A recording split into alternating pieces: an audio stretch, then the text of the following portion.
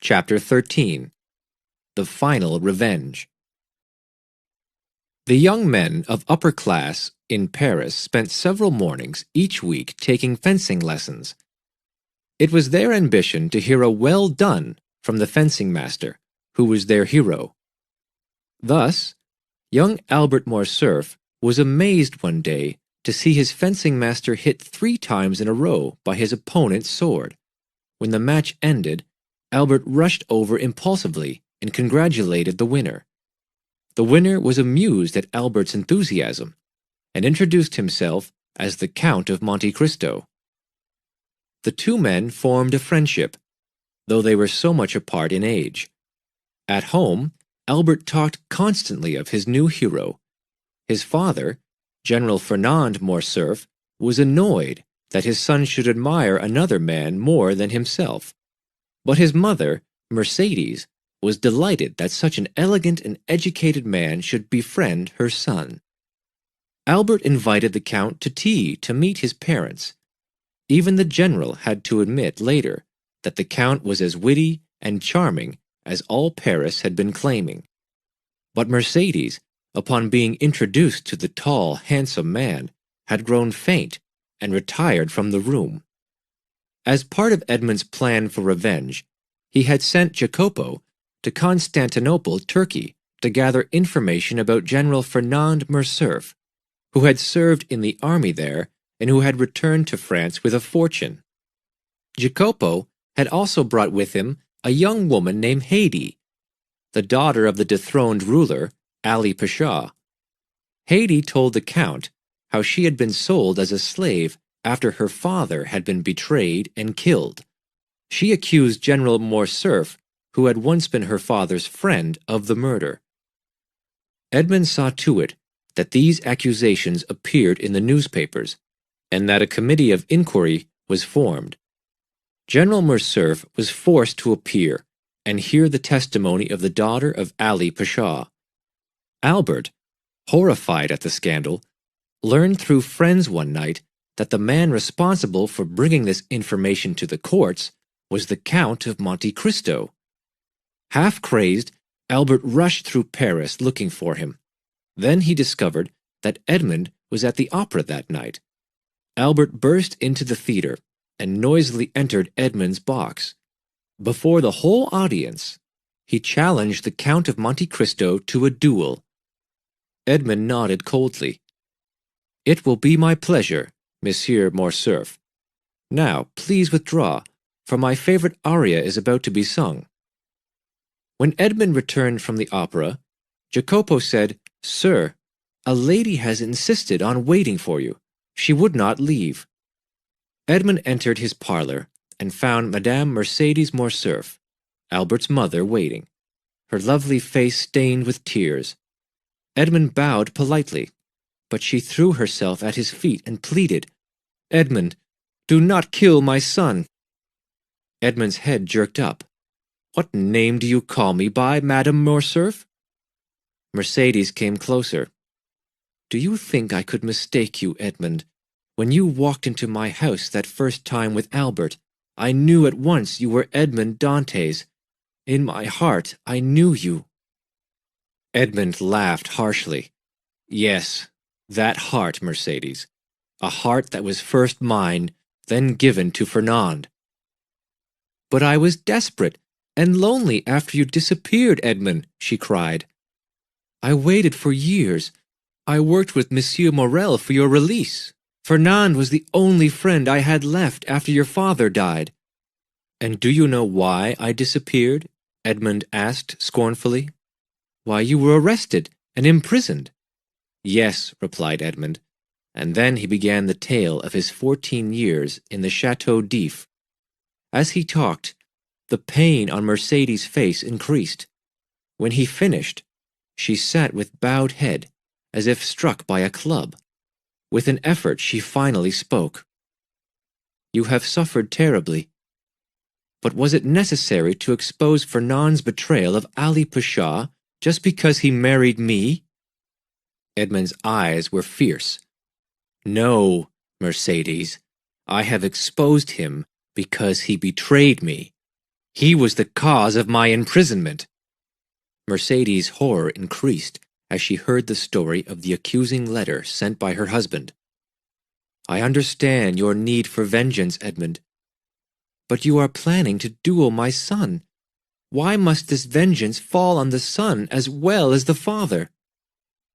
"I never intended to involve Albert," he replied sadly. "The young man's hot blood did that. But I will do as you ask. I will spare your son's life, but in doing so, I must die." "Die? What are you saying?" Edmund sighed. "I will go to the duel and fire my pistol into the air. Your son, whose skill at guns I myself have been improving with lessons, will fire at my heart. I have no doubt his bullet will find its home." "Ah, Mercedes, my life is about to end for the second time. The first time was when your husband put me in prison. This time, it will be because of your son's bullet." Mercedes could only murmur through her tears, "Bless you, Edmund. I was sure that the heart of the young Edmund I once knew could not have changed so much that it would willingly sacrifice an innocent boy. Thank you, my dear, and farewell." After Mercedes left, Edmund sat for a long while thinking about the past and his plans for revenge, plans he must now give up because he had not counted on one factor, his love for Mercedes. And he thought about the future, a future that would no longer exist for him after this day. When Edmund appeared at the secluded space in the forest chosen for the duel, Albert's seconds, or witnesses, were filled with anxiety. Albert had not been at home when they called, and they feared he had gone to the court to hear the verdict in his father's case. All knew there could be only one verdict after the testimony of Ali Pasha's daughter.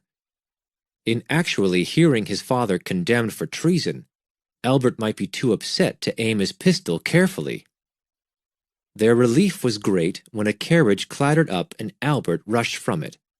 Calling to his friends, "I must speak to the Count of Monte Cristo, and I want you all to hear what I have to say."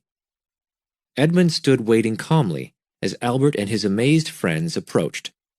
Albert bowed formally and said, "Sir, my quarrel with you did not concern itself with the guilt or innocence of my father in his actions toward Ali Pasha.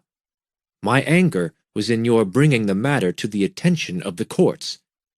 As you will soon hear, my father has been found guilty of felony, treason, and dishonor." Albert's voice did not falter as he said these terrible words. He continued, "However, sir, I have now heard of an even more wicked action by this same general. I no longer wish to call him father. It is a betrayal of an innocent young sailor, whose subsequent suffering cannot be spoken of without tears. The reason for this duel is now meaningless when compared to this betrayal. Oh, how I wish I could repay you for your years of suffering. As it is, all I can do is humbly beg your pardon, Count." Albert extended his hand, and Edmund took it with his head bowed.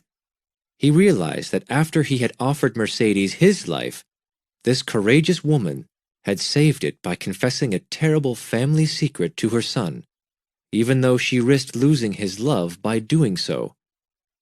Albert then took Edmund's arm, and they moved away from the others. "My mother also told me that you and she were once pledged to one another," said Albert. "I can only wish that your lives had not been separated. Then I might have had a father I could be proud of." There were tears in Edmund's eyes as he drove home. Jacopo, looking nervous and worried, met him on the entrance steps. "General Morcerf is here, sir. The news about the duel has already reached him. In fact, half of Paris knows of the apology by now." Edmund did not hurry or slow his step, though his final revenge was at hand. He greeted Fernand coolly and offered him refreshment. But Fernand was in a rage. With blood throbbing visibly at his temples, he whirled to face Edmund. have I done to you that you have ruined my life? Is this some favorite sport of yours, to search out a man's past mistakes and punish him for them? And then, to add to my humiliation, my son turns against me and apologizes to my enemy. What is this power you have, and why me?" Edmund sat down and said calmly, "Oh, you are not the only one, Fernand. The other two I have ruined were Danglars and Villefort. They are your associates, I believe." Suddenly Fernand recognized the voice and made the connection between himself and the men mentioned. He shrank back and uttered a piercing cry. "No, it cannot be! No, Edmond Dantes is dead!" Then he collapsed. As Edmund turned to leave the room, he looked back at the motionless figure on the floor and cried, "Not dead, but here before you. The Count of Monte Cristo has cut off your life, as you cut off Edmond Dantes' life." When Fernand came to, he was alone. He staggered to his carriage and made his way home. He was about to pull up at his door when he saw Mercedes and Albert hurrying down the steps, carrying 2 small suitcases. A public carriage drew up, and Albert helped his mother into it. "Do not look back, mother," he said. "This is no longer our home. Soon you will be back in Marseille, in the house where you were happy as a girl, and I shall be off to sea to seek my fortune." As the carriage rounded the corner, a shot rang out in the garden of the Morcerf house. General Fernand Morcerf had killed himself. The Count of Monte Cristo had taken revenge on the enemies of Edmond Dantes.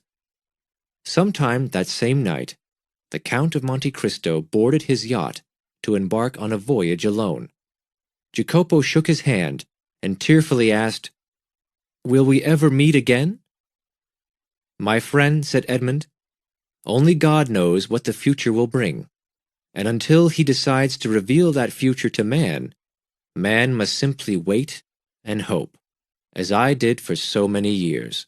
Wait and hope."